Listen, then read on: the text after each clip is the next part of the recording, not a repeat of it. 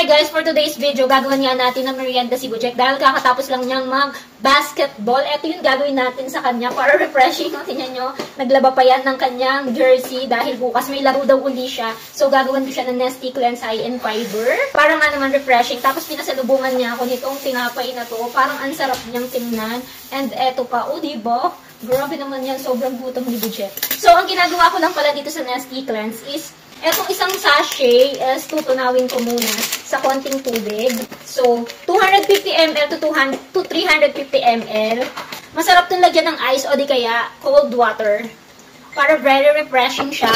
Ang lasa niya is lasang cucumber lemon and very refreshing. Kagandahan nito guys, wala nga itong halong sugar pero manamis-namis yung lasa niya.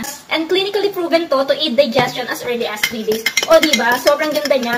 If di ka makapoops, nahirapan ka mag-poops, bloated, constipated, i-try mo itong Nestea Cleanse High in Fiber na to guys. Dahil clinically proven to na nakaka-aid ng ating digestion as early as 3 days. Nakalagay dito is ititimpla siya sa 250 ml. Pero etong ginagawa namin, 500 ml tong aming baso. Masarap pa rin siya guys. Very refreshing yung lasa niya.